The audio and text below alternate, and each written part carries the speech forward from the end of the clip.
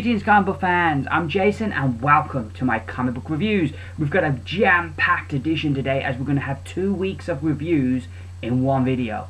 So my advice is go and get yourself a nice big beverage, get yourself some potato chips or something to snack on and sit down, make yourself comfy in your favourite chair because like I say, this is going to be a long one. For those of you wondering what's happened to my face, I learnt a valuable life lesson this week. They both might begin with S, but shaving and singing do not go together. Yeah, I was singing as I was shaving, and yeah, it ended badly. So I've learnt a valuable life lesson. Anywho, so today's video, I'm going to use the same format. We're going to go through the DC books first, then the Independents, then Marvel. I'm going to do it like first we'll have DC with 2 weeks ago's books, last week's books, then we'll move into the Independents and we'll do it like that.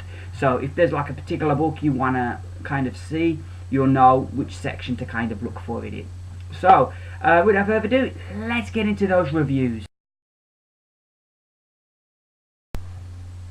Well, here we are with our DC Comics portion of the reviews. We're going to start off with the books from the 26th of November. And as always, we're going to kick it off with our weekly books. So we have the New 52 Future's End, issue number 30. This, again, like the previous issue, it has one narrative. We concentrate all on Cadmus Island this issue and what's going on there. I felt this was a really good story that was let down by the art. Some really good twists to the tale here as they try and take Cadmus Island. Yeah, you could maybe argue the giant Olmec is a bit silly, the way that all the Olmecs join up to make one big giant one. But I enjoyed it. I thought it was a fun kind of crazy scientist kind of deal. So I like that. I didn't like what they did with Deathstroke in this issue, and really I think they lost their way a bit over the last few issues with Deathstroke. You know, the whole thing with him, what was supposedly going on with him, and the way he, like, I can understand him being upset because Green Arrow isn't really dead and he takes pride in doing his job well, and he feels that Green Arrow made him look a fool. But even so, I didn't expect Deathstroke to behave like he does in here, so I thought that was a bit off. Like I say, there's some really good shocking twists that I didn't see coming. Some characters, their stories come full circle, which is really good, and we get to understand some other bits of story. I thought that was all really good. Lots of threads come together in this issue, which is good. But like I say, the art for me, I just didn't like. I don't know if they were rushed, but it just you know, it's just the way the faces were drawn, and sometimes the proportions. Like, I've got to be careful what pages I show you because I know it's like 2 weeks ago, but I don't want to spoil it. Like, you look at that bottom picture there. I don't know how well you can see it because I haven't got the best lighting in here. This picture here, you just look at the proportions as they're running. Yeah, for me the art, I didn't like it. Like I say, I don't know if that's because they were rushed, would it have been a weekly book, or if it was just that artist style, but it wasn't for me. But all in all, it was a really good issue, and I'd give Future's End, issue number 30, 4 stars out of 5, because it was still a really good book. Next up, we have our other weekly, Batman Eternal, issue number 34. This was again a really good issue. We ended last issue with the cliffhanger of Hush, Scarlet cornering Julia Pennyworth. So we get that initially. The drama where we like, is she alive, is she dead, kind of fell flat for me because we've read books set after this where she's still alive, so we know she don't die. It's just how does she get out of this. So I felt some of the drama of that scene was kind of lessened. Also, I felt Julia would have done better against Hush. I don't know how well trained Hush has been, where he's been and stuff. I need to go reread the origin issue again that we had a few weeks back, because I can't like remember how trained he is, but you would have thought a top SIS agent would have been able to deal with him a bit better. I'm really liking Hush though, and like this whole scheme, and Batman's dealing with so many fires here that like he can't put them all out at once, so he's so busy dealing with things as Batman he hasn't got time to address things that are happening to Bruce Wayne, and that's like all down to Hush's plan, and I'm really liking the way they're building Hush up as such a really big villain. in this, and I'm liking the whole scheme and everything. It's really, really good, because they're taking the fight to Batman on so many fronts and stripping away everything from Batman as he's trying to put these fires out and fight these foes. They're ripping apart his life and taking apart everything that he has as Batman. Yeah, so another really good issue. Art wise, I liked the art. I thought the art was good this issue. We have some good art there. Like I say, we've got the winter sun shining in on us right now. If I close the curtains to keep the summer sun out, it gets too dark in here. But like I keep it open and you have bright spots. It's a problem. But yeah, I like the art this issue as well. I thought this was a really good issue. Yeah, its flaws, but I feel since the Arkham Asylum stuff, this book's really picked up, and I give Batman Eternal issue number 34 4 stars out of 5. So moving right along now to Aquaman issue number 36. This features part 2 of Maelstrom. The whole story is that like Atlantis is rejecting Aquaman as its king, so he's kind of trying to find out why, and he's found out that his mother she's not really buried where she's supposed to be buried, and this is why. I love the idea of Atlantis being this kind of conscious city that has a psychic link with its inhabitants, and that because, you know, Aquaman's mom isn't there, that there's like a gap in the lineage of the kings, so it's rejecting Aquaman. I really love that idea. I think that's a really different and cool idea. The mystery of what happened to Aquaman's mom is brilliant. The more answers we get, the more questions we get, and I'm really liking the whole thing of like, well, where is she and why did she go away? So yeah, that's all really cool. It was always cool to see Martian Manhunter pop up in a book, which we have here, as you can see from the cover. The only problem with Martian Manhunter in this is, dog, last I remember, I thought he had a big falling out with all the Justice League, and that original Justice League, not the Justice League United or Justice League America, but the original Justice League. They had a big falling out and was kicked out of the group. Now I don't know, maybe since Forever Evil that's been repaired, and maybe I've just missed that book where he's, you know, made up with them. But him and Aquaman are kind of acting like they're all buddies. Yet the last time I can remember them being together, they were like enemies. So yeah, that was a bit of a disconnect for me. But I like the art here and the way they colour it, because we have like a lot of flashbacks. So like, you know, the modern day stuff is like really coloured normally, and it's some really great underwater stuff. But then here we have a great page here with Martian Manhunter. Of course, Martian Manhunter and Aquaman have to fight, but there's a good reason why it happens. But then we have like the flashbacks, which are done in a different colour, which I really like. That you instantly know, oh yeah, this is a flashback. I thought that was a real nice little touch they put in there. Some good twists and turns in this story, and I'm just really enjoying Aquaman, and this was another really good issue. And I give Aquaman issue number 36 4 stars out of 5. So moving right along now to Batman 66 issue number 17. This issue we feature King Tut as our villain, and he's got this virus, the Osiris virus, that will turn everyone into zombies. And so he puts it in, makes it into a gas and puts it in a car and drives through Gotham City, so everybody inhales this gas and they'll turn into zombies, so Batman has to stop everyone. This is just a really fun story, and every time I read this, I just end with a smile on my face. I like some of the stuff Jeff Parker puts in here, some of the like play on words. Like here we've got King Tut's car, the sarcophagus, which I thought I chuckled, and Batman wins the day with the Bat Guide to Egyptian, what was it, potions, lotions and motions, which I thought was funny as well. The book is nice and colourful and bright, which it should be. It's in tune with how the series was. My only complaint would be, if you can see that picture there, is some of the proportions of the pictures that don't make it look quite right. But other than that, I thought the art was like nice, and I really like the way that the book is so brightly coloured. Yeah, this is just always a really fun book. Always really enjoy it, and I give Batman 66 issue number 17 4 stars out of 5. So now moving right along to Arkham Manor issue number 2. And I still don't know if this is a mini or an ongoing, because it definitely feels like a mini series. Don't get me wrong, I'm really enjoying it, but I can't at this point in time see how they're going to make a long-term series out of this. It definitely has that feel of a mini about it. It was really cool, this issue. Batman, if for those of you who have not been reading this, Batman kind of has lost all of his assets. So Wayne Manor is now Arkham Manor, because Arkham's Asylum was destroyed during the whole Batman Eternal stuff. So they've built the Arkham, so they've moved all the inmates to Wayne Manor and made it Arkham Manor, because the city now own Wayne Manor, so it's Arkham Manor now.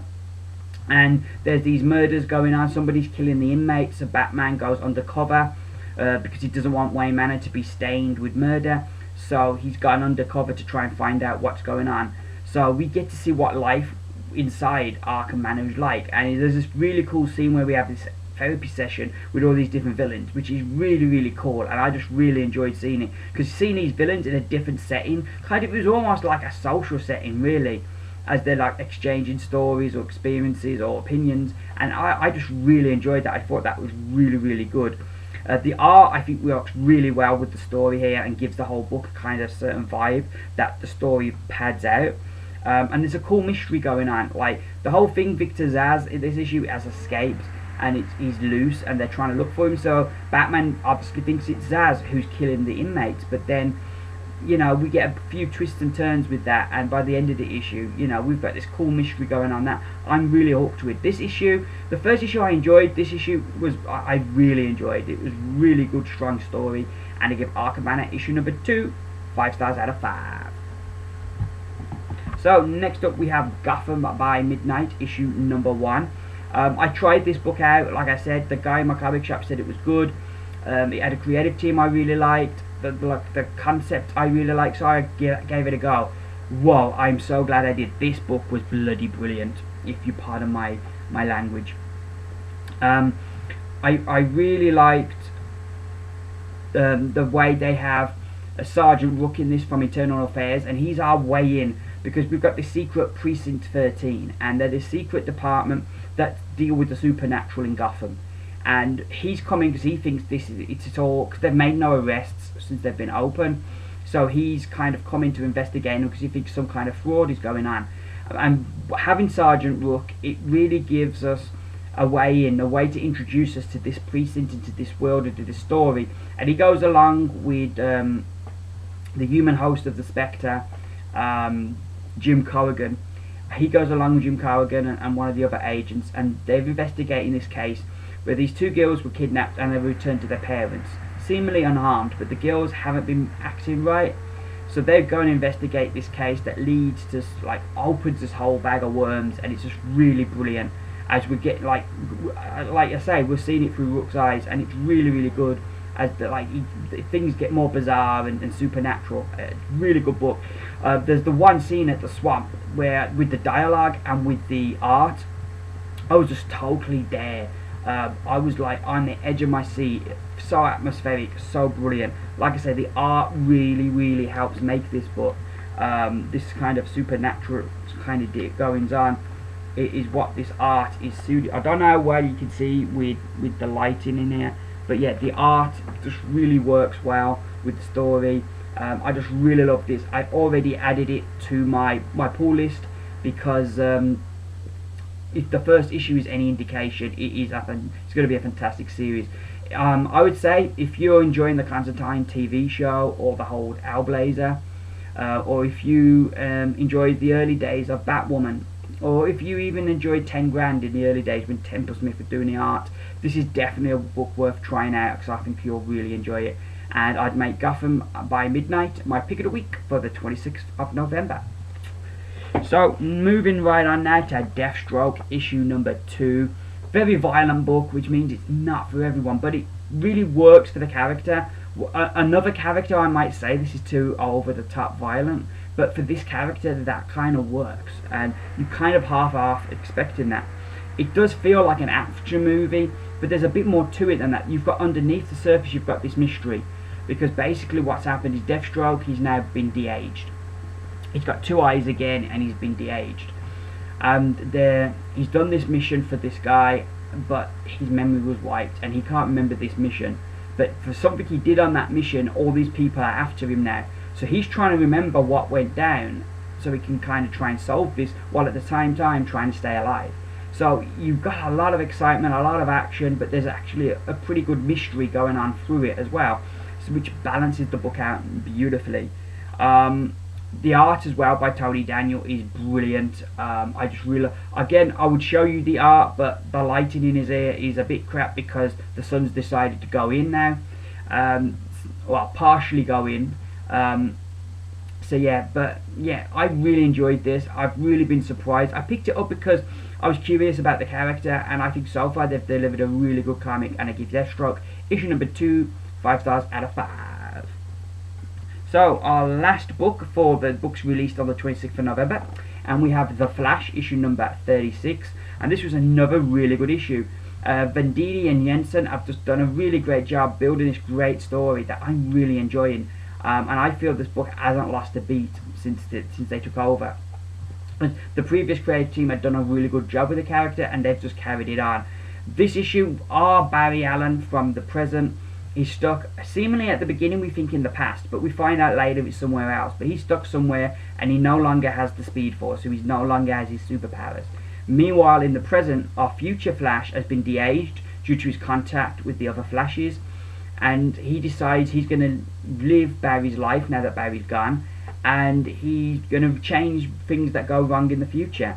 And you can see what the events that have happened to him in the future have changed him, have made this Barry a lot different to the Barry we know. And he can still put on the face and appear to be that Barry, but beside there's a pretty deranged individual. I really loved it. The art here was really nice. I don't usually like two artists, but they used the two artists well to have one do the one Flash and one do the other Flash. I think that made it differentiate between the two scenes really nicely, that I liked. Yeah, all in all, this has been a really good book and continues to be a good book, and where it's heading, I'm really fascinated. And I'd give The Flash issue number 36 5 stars out of 5. So now we move right along to our DC books that were released last week on the 5th of December. Kicking things off, we have Batman Eternal issue number 35, one of our weeklies. I really do like that cover with the Batmobile on there. That's a really cool looking Batmobile as well. This issue, I'm going to get my problem with the book first out of the way. Jason Bard in this issue I felt was inconsistent. Previous issues we've seen him with Hush, and he was kind of having these doubts, were they going too far? Whereas this issue, he doesn't care about killing civilians as long as he gets Batman. And it was kind of like, I felt it contradicted what we'd read before in this book, and I did have a little bit of problem with that. Maybe there's going to come a point in the future where that's going to be explained, but at the moment it feels inconsistent. I loved that we're beginning to get Jason Bard's origin and what his motivation is, so that's really cool. I really like the art as well. I'm not sure who done the art this issue. Let's have a look. It's always nice to credit the artist by name rather than to say, yeah, I like the art. Fernando Blanco, who's not an artist who immediately springs to my mind, but I liked his art in this issue. Things are looking really grim for Batman, like with what's happening to him as Bruce Wayne, also as Batman. He's really like having everything stripped away from him that he has and that he knows and uses. So yeah, I'm really intrigued with where we're going to go. And obviously, you know, with Batman, he's going to come back, but they're really taking him to limits in this, and I just really am enjoying this right now. And it's Batman Eternal issue number 35, 4 stars out of 5. So moving right on, we have Future's End issue 31, and another really nice cover. This issue is the fallout of the last couple of issues, basically, as we've had a lot of big events. So we go around, we're catching up with different stories that we followed, which was really nice. I really liked the stuff that's happening with Lois Lane. It feels more like the Lois Lane I grew up with, so I really liked what they're doing with Lois Lane there.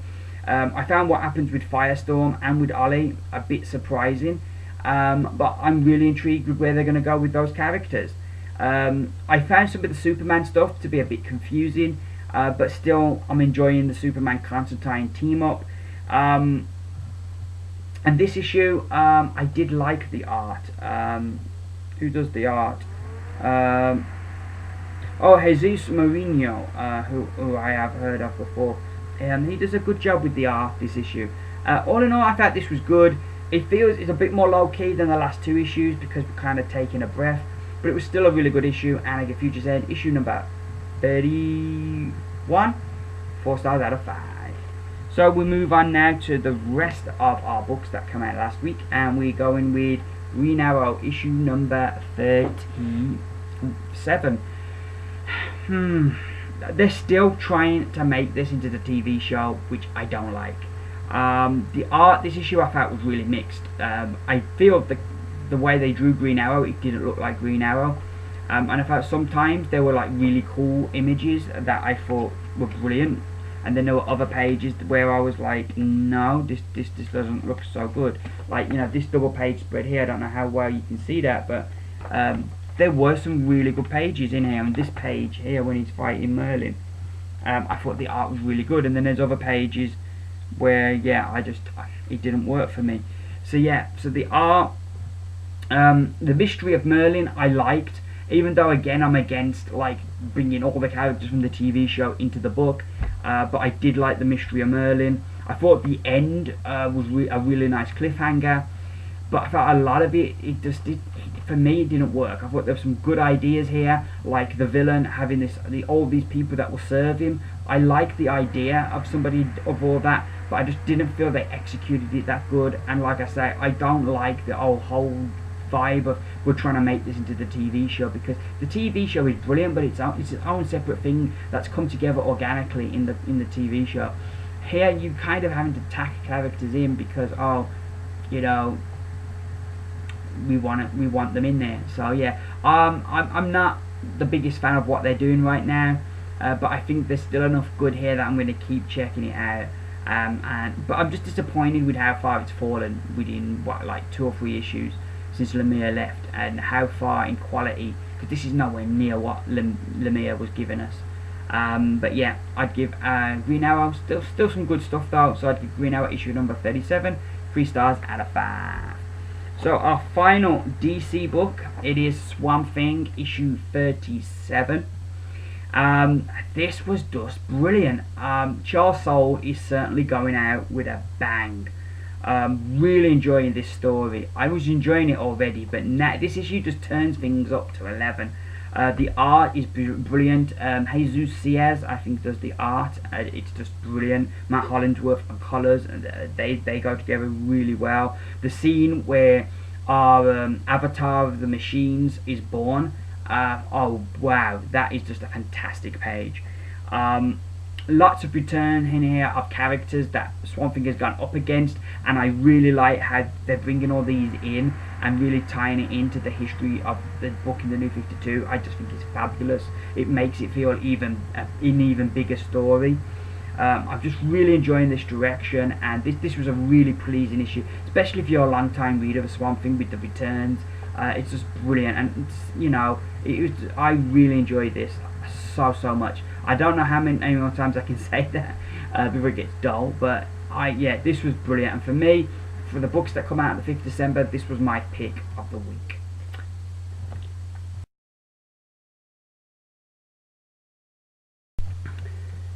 So now we move on to the independent books part of my review video. We're going to kick it off with the books that were released, the indie books I picked up on the 26th of November.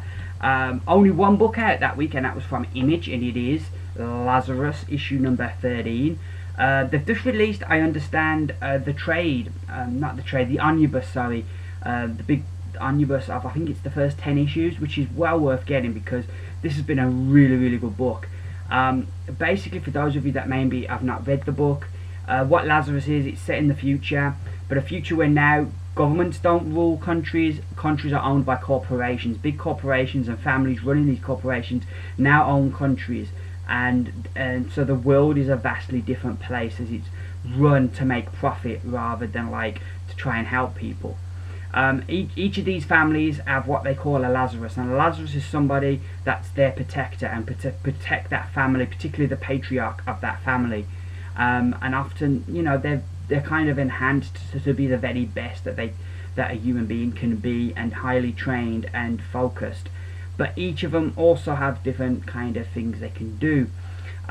This issue, at the moment, we're kind of dealing with this kind of chess match because the families are gearing up for war.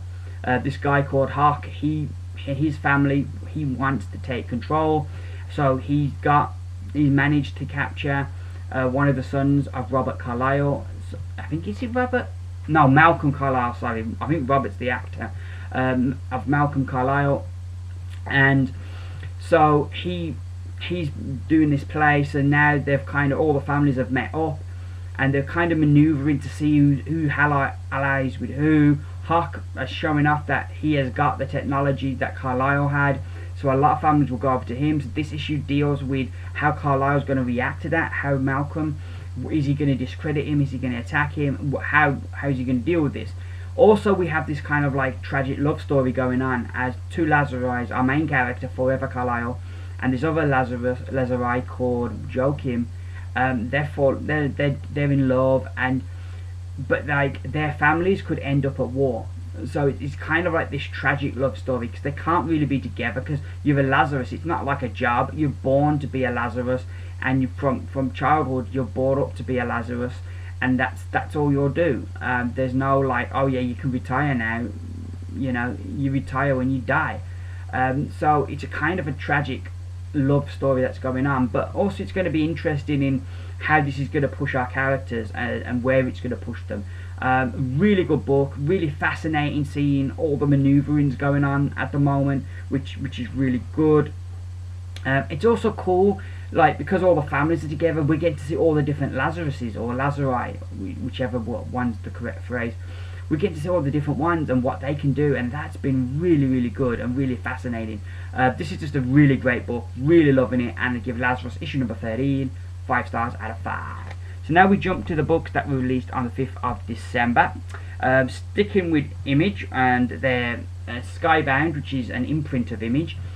We have Birthright issue number 3, and this book just remains to be all kinds of amazing. It ran really close between this and Swamp Thing, between which was going to get my pick of the week, but Swamp Thing just came out on top because this book has just been brilliant. Basically, you know, you have these big stories where a child kind of gets plucked and goes to another world and becomes a hero, and that's usually where the film ends. This shows you what happens after that. So, you know, our main character, he was like plucked from his home. Time where he was has moved differently to how it's moved here. So now he's returned here, it's a year later, but he's all growing up now because time runs differently, and he's a man, and he's been through all of these things.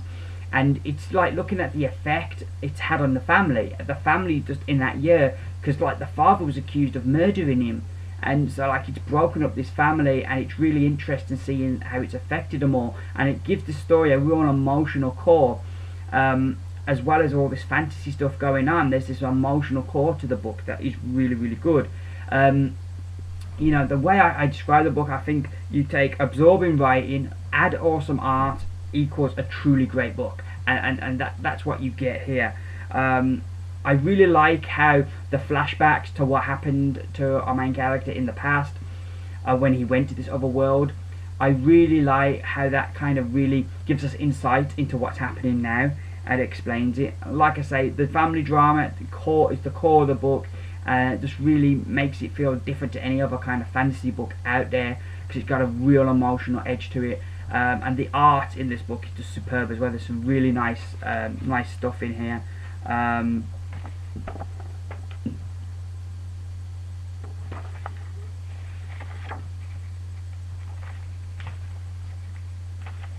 trying. There's this one like page, here it is, where the monster shows up, which is really cool. But yeah, really good book. If you've not been reading it, do yourself a favour, see if you can get the first 3 issues, because you won't regret it. It's a really good book, and I give Birthright issue number 3 5 stars out of 5. Moving on now, we move on to the Autumnlands Tooth and Claw issue number 2. Issue 1 was called Tooth and Claw. Thankfully to Sean Mitchell, he let me know that they'd already bought out a book, Image had, with Tooth and Claw on it, so they weren't allowed to have another book because it was copyrighted. So that's why they've had to add the name The Autumnlands, which is bizarre. You would have thought they would have checked all that kind of business before they put the book out. But yeah, getting to this issue, it's another really strong issue. I'm really really enjoying this. We get answers to the questions, and that's all pushes the story forward. At times it is shocking and brutal at times, this book, some of the twists that take place, but I just really like it. A lot of really interesting ideas. I like the whole social class based on magic, and you know, all of, yeah, it's really, I've some really interesting ideas, and the different casts and the different animals, you know. It's a really good book. For those that haven't been reading it, basically it's set in this world that has magic, but magic is running out. So this wizard wants to bring back the champion who gave them magic in the first place. So he tries to use a spell, but their city that's floating crashes to earth, and suddenly now they're at the mercy of the people that they've oppressed. So yeah, like I say, some really interesting ideas. I like the twist with the champion. I saw it coming, but I'm really interested to see where that's going to go and learn more about that. The art and the layouts in this are brilliant. I want to be careful what I show you because I don't want to spoil anything, but yeah, I really liked how this book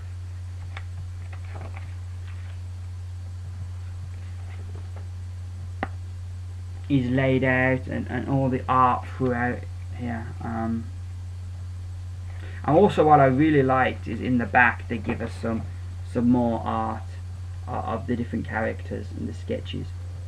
But yeah, this is a really good book, and I give the Autumnlands Truth and Claw issue number 2 5 stars out of 5. So our final indie book this week, it is from Titan Comics. It is Doctor Who, the 11th Doctor Adventures issue number 5. I can't believe we're up to issue 5 already. It does make sense, but I'm a bit flabbergasted that we're up to issue 5 already. This issue was another really good issue.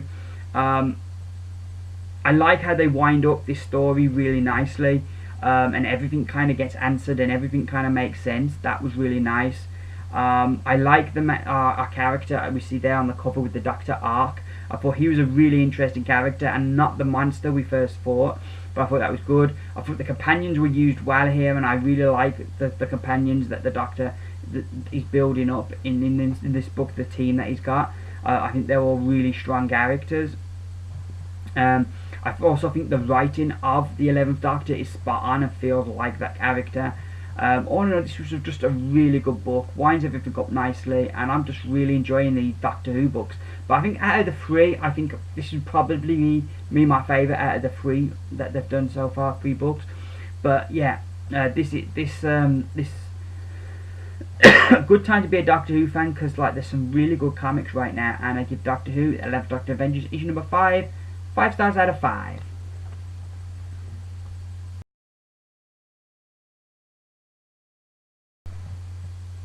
So here we are with the final part of my reviews, as we're now on to the Marvel books. I'm going to kick things off with the books that were released on the 26th of November. We have our Axis tie-ins first. We have Captain America and the Mighty Avengers issue number 2.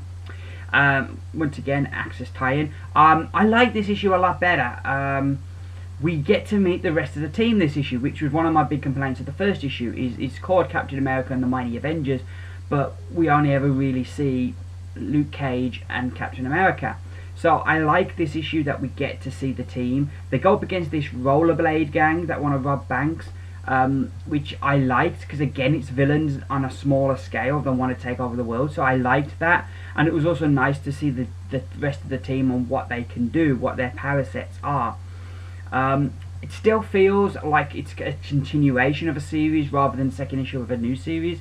It still has a lot of stuff that happened in Mighty Avengers that it's going back to, and I still feel there's a lot of characters that I'm not quite, even though they explain certain things, I'm not quite clicking, or the importance of those characters or their history isn't quite clicking with me yet, and it does make me kind of feel like I'm not part of the book, if you will, because it's like I'm not privy to what's happened before. So yeah, I feel that that's still a bit of something they could do with working on. I like this issue again. We get good insight into Luke Cage, where last issue was Captain America, and we got real insight into how Axis has changed him, the inversion spell, how that has changed him. And it's like, it's not so much it's made them evil, it's just like whatever it was, whether it was inhibitions, whether it was morals or ethics, it's just removed for that thing. So now they go after the same goals, but they go after them more so. So like this issue, we kind of get down to brass tacks that Luke Cage motivation is that he wants to make a lot of money so his daughter can have anything she wants, that she can live like a queen. And that's why he's willing to like do over his friends, do over his buddies, because it's all about his daughter.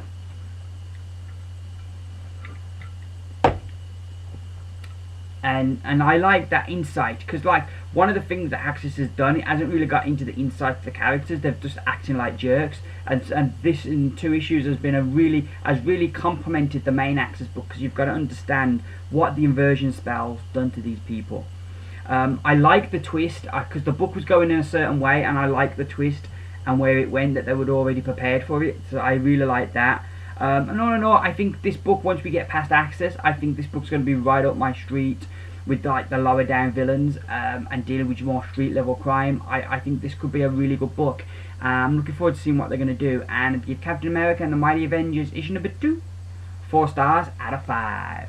Our other Axis tie-in from last week was Nova issue number 24. I do not like that cover. I like the idea of the cover because it does tie into what's in the book, but it just, whoever drew that, it looks nothing like Nova at all. Looks like some random dude falling through the sky.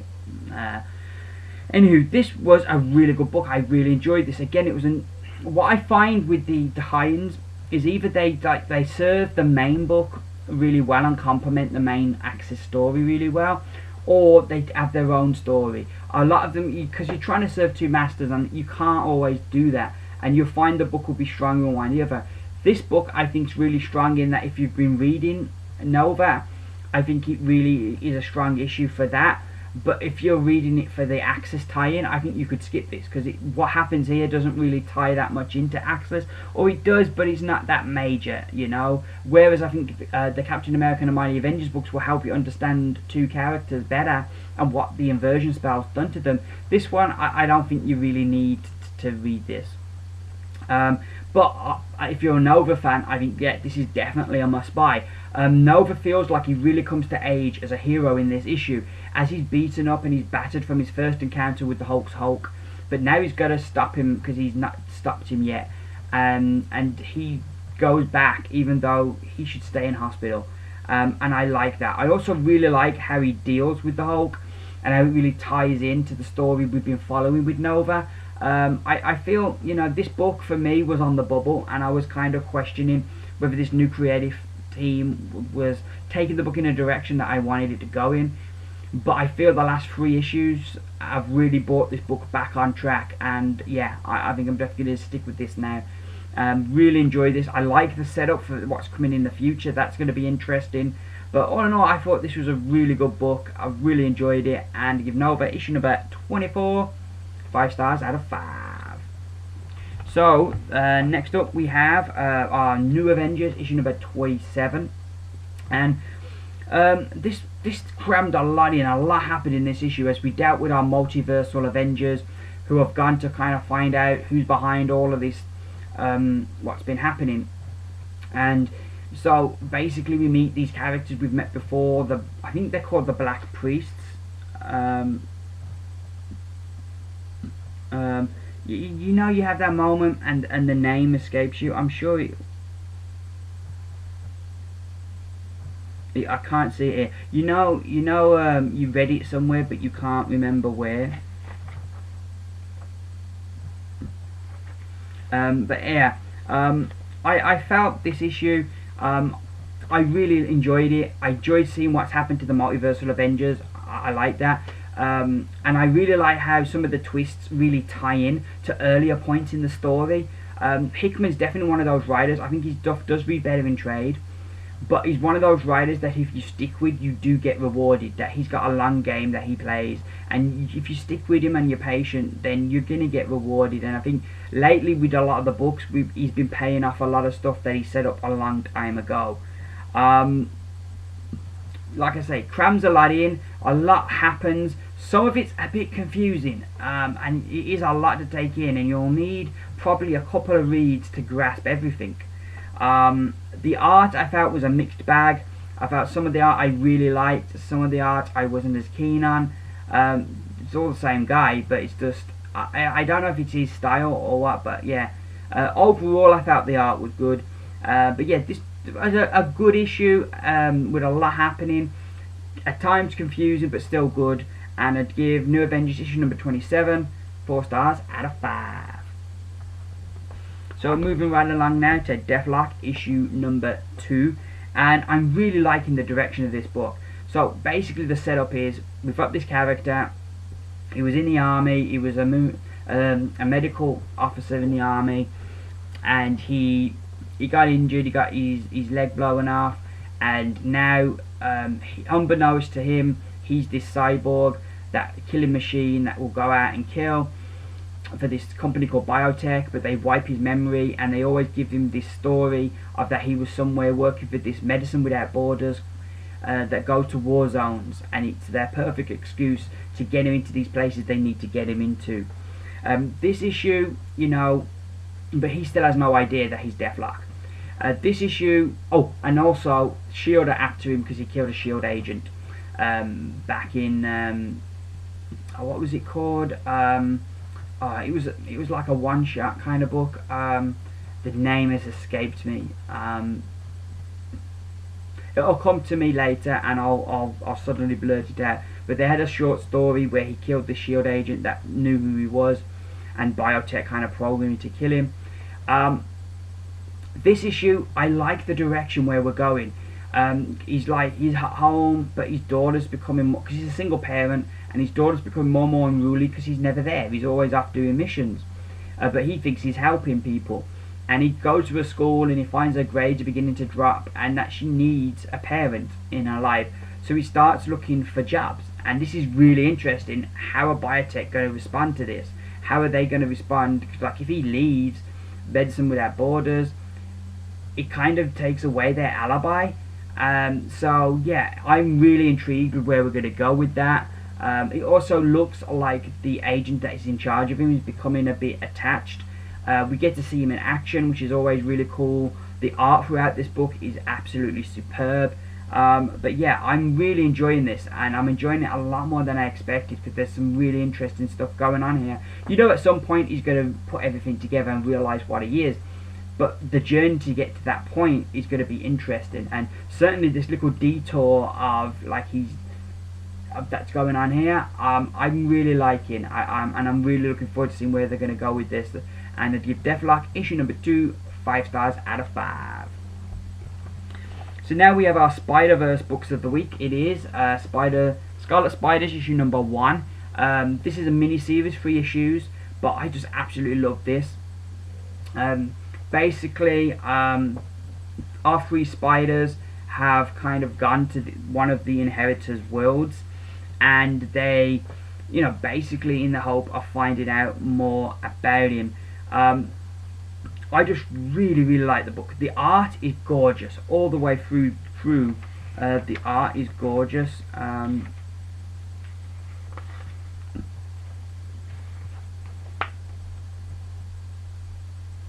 You know, all the way through here.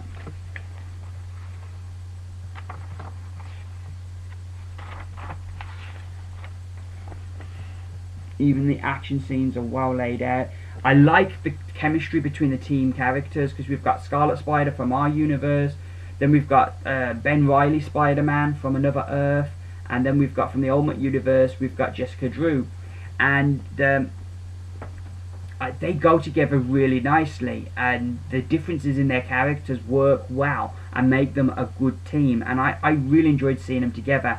And it was like one of the first books where, well, not one of the first, there's other books that have been good, but in the Spider-Verse, they're one of the team-ups that I didn't expect to enjoy as much as I have, and I'd really love to see an ongoing, because I felt these 3 characters went really well together. So yeah, the team-up works really well. It's got everything in here that I love about multiverses, where you go to a different world and it's got characters we know, but they're slightly different. or you know, so I liked that. I thought that was really good. The story was really cool, easy to follow. Yeah, I thought this was really good. I really enjoyed it. If you're enjoying Spider-Verse, I think this is well worth a pick up. And I give Scarlet Spiders issue number 1 5 stars out of 5. So our final book for the books that were out on the 26th of November is Spider-Man 2099, which is also a Spider-Verse tie-in. This issue, Spider-Man in 2099 is back in 2099 with Six-Armed Spider-Man and Lady Spider, who is the steampunk Spider-Woman. And they've got the dead cloned body of one of the inheritors, because we found out that they're clones. That's how they seemingly don't die. So they've kind of like have hidden this body, and he's after them to get the body back, and also to have a little tasty snack at the same time. It's really good to be back in 2099, and this book feels so much better with him being back in his own time. I think it works really better. I really like the scenes between I can't remember. Is it I think it's his brother.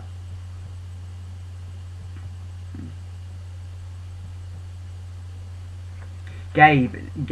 I really like the scenes between Gabe and Lady Spider, and he's trying to flirt with her. Those were really quite funny. There's a real sense of peril throughout this issue, though, as you really feel like whatever they do, they can't stop this inheritor. And I thought that was really brought across. Again, this is a really good team up that I really enjoyed. And like I say, the scenes between Gabe and Lady Spider for me were the high point. This is definitely for me the best book of the series so far, and it gives Spider-Man 2099 issue number 6 5 stars out of 5. So now we're moving right along to the books that were released last week on the 5th of December.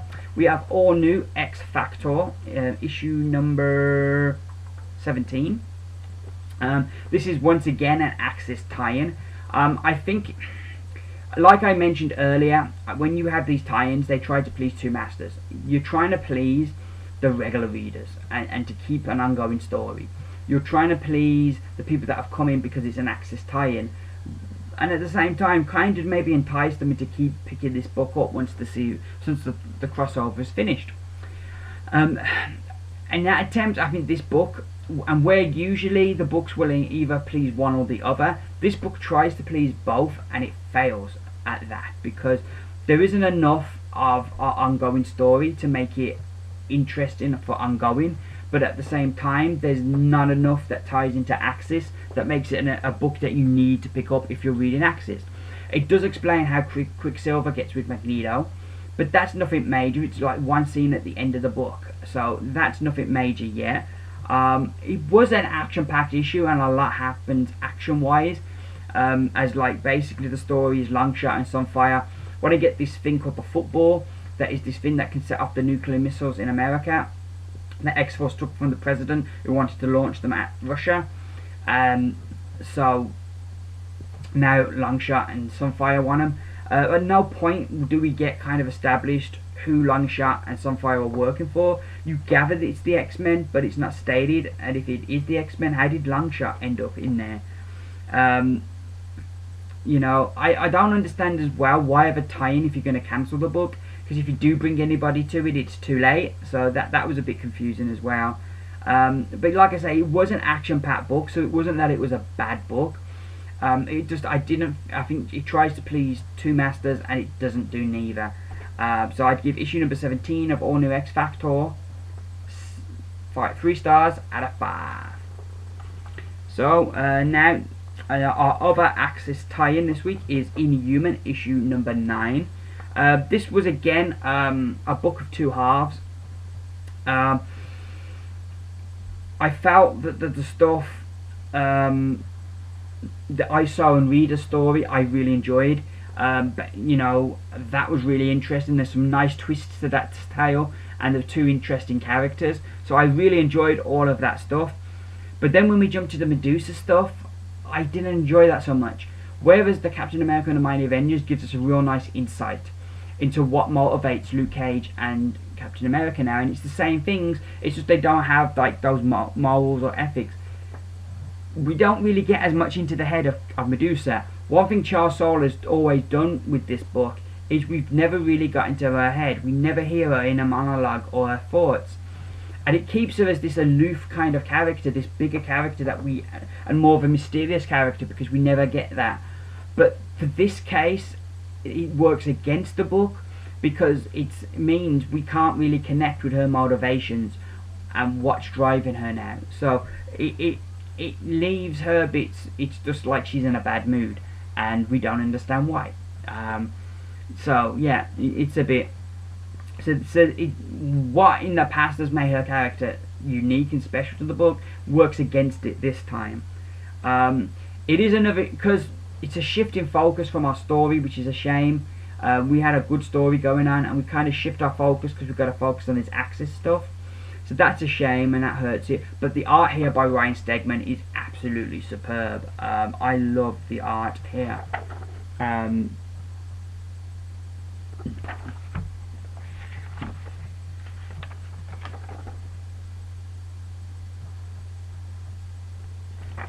It was just a gorgeous looking book with some really great stuff going on. But yeah, so yeah, I felt this book for me was very much a mixed bag. You had the good, which was the ISO and reader part of the story and the art, and then you had the not so good, which was not really understanding Medusa's motivations in the shift in story. So I think on balance, it was still a good book, but on balance, I'd give Inhuman issue number 9 3 stars out of 5. So next up we have Legendary Starlord issue number 6, and this was a really good and really fun issue. Starlord is going on a holo date with Kitty Pryde. Basically she's going to be a hologram and they're going to chat. He's let her down a lot lately, so he needs this to be the perfect date, and it just goes disastrously wrong as the Slaughter Squad are still trying to kill him. So he's trying to dodge their attempts at killing him while having this perfect date with Kitty. It's a fun book, and even though it's like a serious thing that they do want to get him and it looked bleak for him, it is quite a fun book. And I think really the character does definitely feel like the character at the movie. I don't know if that's true to Intani's how he's always been in the book, but certainly that's the character we get now. And it was overall I really enjoyed it. I thought it was a really fun read that I enjoyed. I loved the way they have the dueling inner monologues, like of Kitty and Starlord. I thought that worked really well. We get revealed the identity of Mr. Knife, this guy who's put this bounty on Starlord's head, so that's really cool and makes a lot of sense. And I just really love the story structure of the date and the attempted attempts by the Slaughter Squad to capture or kill him. I really liked this whole book. It was a lot of fun, and it gives Legendary Starlord issue number 6 5 stars out of 5. Moving right along now to Guardians 3000 issue number 3, and this is my favourite issue of the series thus far. This issue they do an interesting thing as we take just 3 of our characters and we concentrate on their part of the story, which it works really well. We introduce a couple of new characters that, well, one's a new character, one's a character we've seen before, that kind of top and tail the story, but it works really well because you get to know those 3 characters a bit, and it's not like you can concentrate a bit more on the story as well and where the story's going, rather than like who are all these characters. So I thought that was a really nice thing to do for this issue, and that works really well. I feel the story's now really fleshing out and coming together, and I really enjoyed this. This was really a lot of fun. I just think the choices they made this issue were really good, and the art I think works well for the book as well.